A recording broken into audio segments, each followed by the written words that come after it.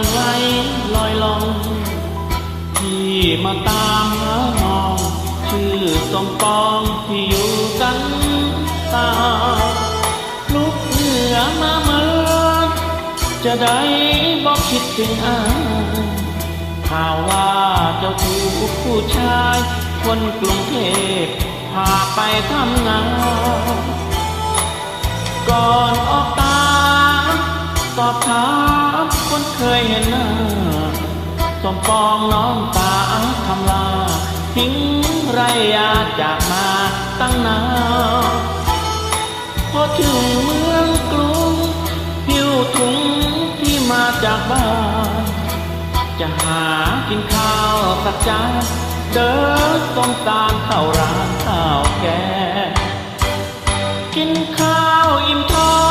งตามน้องไปทั่วทุกอย่างเห็นน้องเดินเสิร์ฟอาหารอยู่ที่ร้านอาหารคุณแดงโอ้น้องสมปองเจ้าของเสียจนดองแดงน้องเสิร์ฟเขาเสพแก้มแดงจนปอมแห้งติดรอยรักที่ปิดบ้านเถิดน้องสมปองพี่วอนเพราะว่าสงสารพี่สาวทำลาทำไรยาคนเดียวทุกปี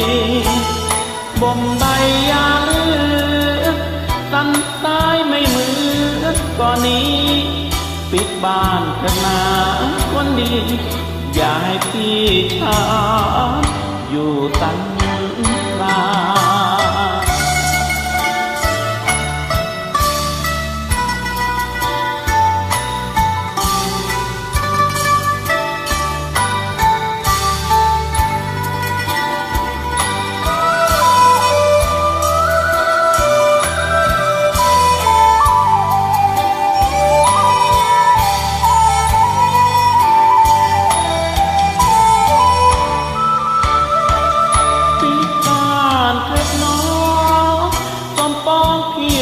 เพราะว่า